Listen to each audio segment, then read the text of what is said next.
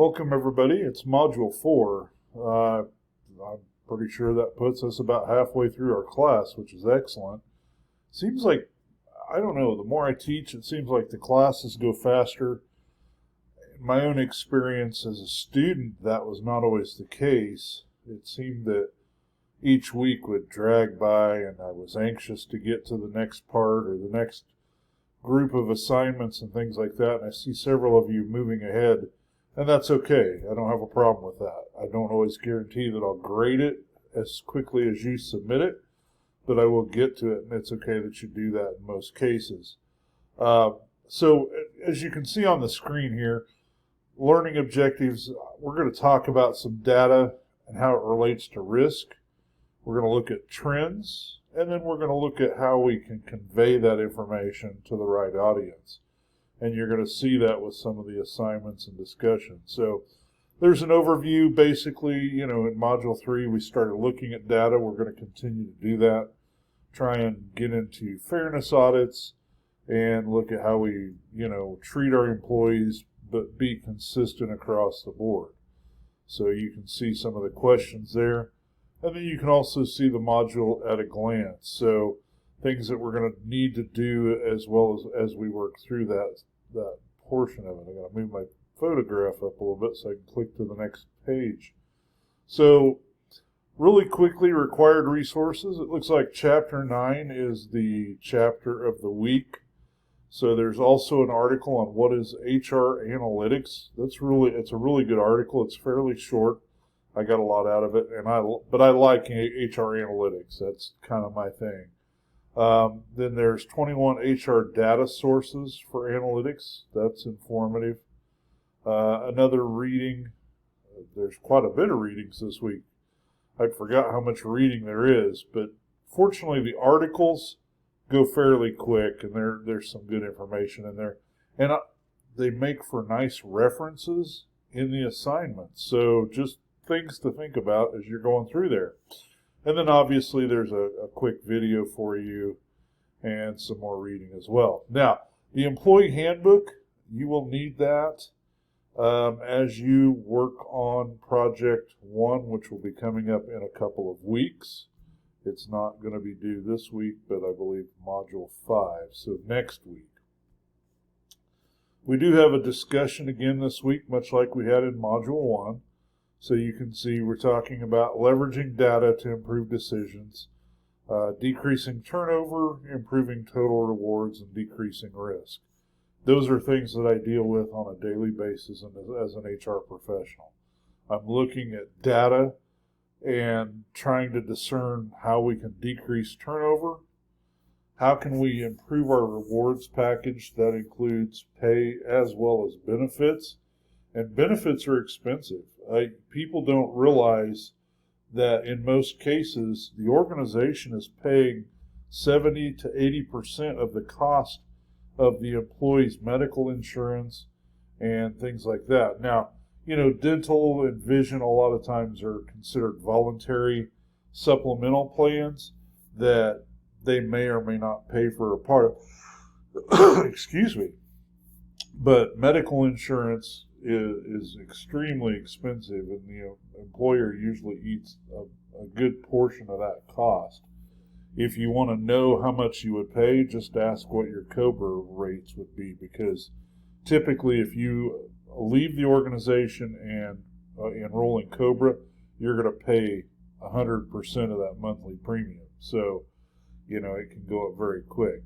Of course, risk and compliance is a piece of that HR pie that you're dealing with every day as well. We want to make sure that we're being compliant and we're addressing legal and ethical issues. And I think I deal with as many ethical issues as I probably do legal issues. So things to think about in there. So obviously you can see what you need for your initial post and then respond to a minimum of 2 of your peers. I really like to see if you can do 3 peers or even more than that with quality posts, but I understand we're all busy and we've got things going on. So, in addition, you have your 4-2 risk and trends in HR data. Let's see if I can get the rubric information to come up here. So Whoops, come on, there we go. So we're talking about family medical leave, and if you recall back in the supplemental reading and video materials, there was an article on FMLA. Again, great source for reference, so you could do that. But so you're going to take a look here, and you're going to determine whether the employer qualifies for FMLA. So remember, Family Medical Leave Act, there are some caveats as to whether an employer is considered a covered employer or not. Generally, 75 or more employees, or 50 or more employees within a 75-mile radius. So if you have multiple work sites, you have to consider the distance involved. There's also the hours, pardon me, the hours factor that comes into play as well.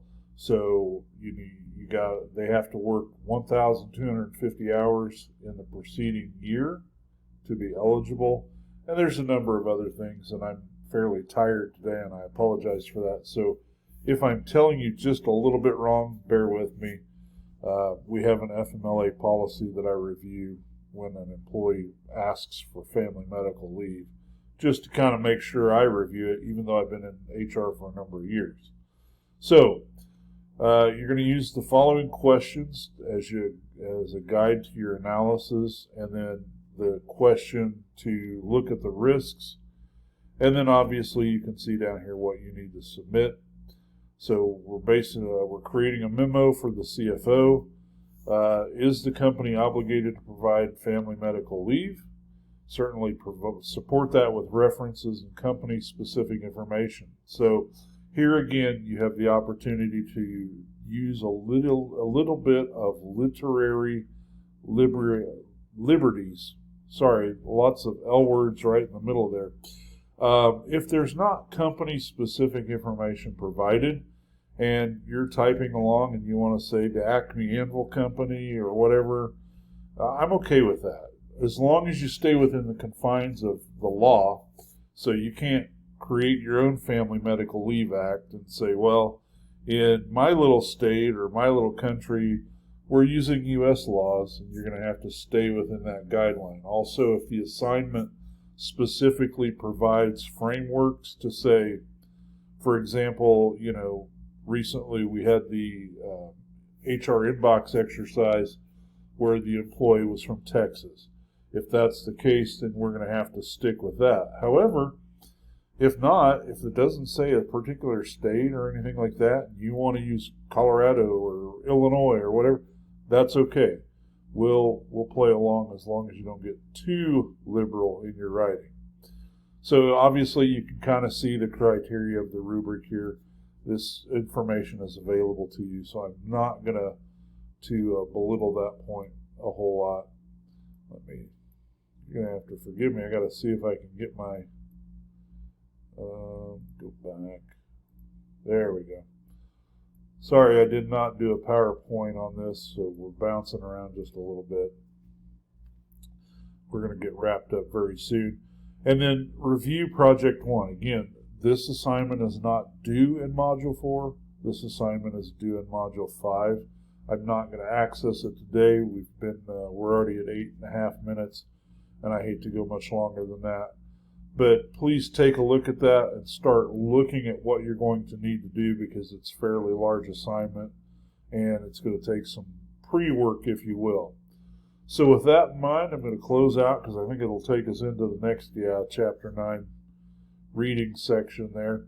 Everybody have a great week. It is Memorial Day, so please take a moment to kind of take a step back or a deep breath or spend time with family if you're able. I know sometimes you may be in an occupation where the operational tempo does not provide for that, but I hope at some point in the near future you're able to. If you are a veteran or a member of our active military, thank you for your service. I do appreciate that as well. Everybody have a great week, and we will see you in the class.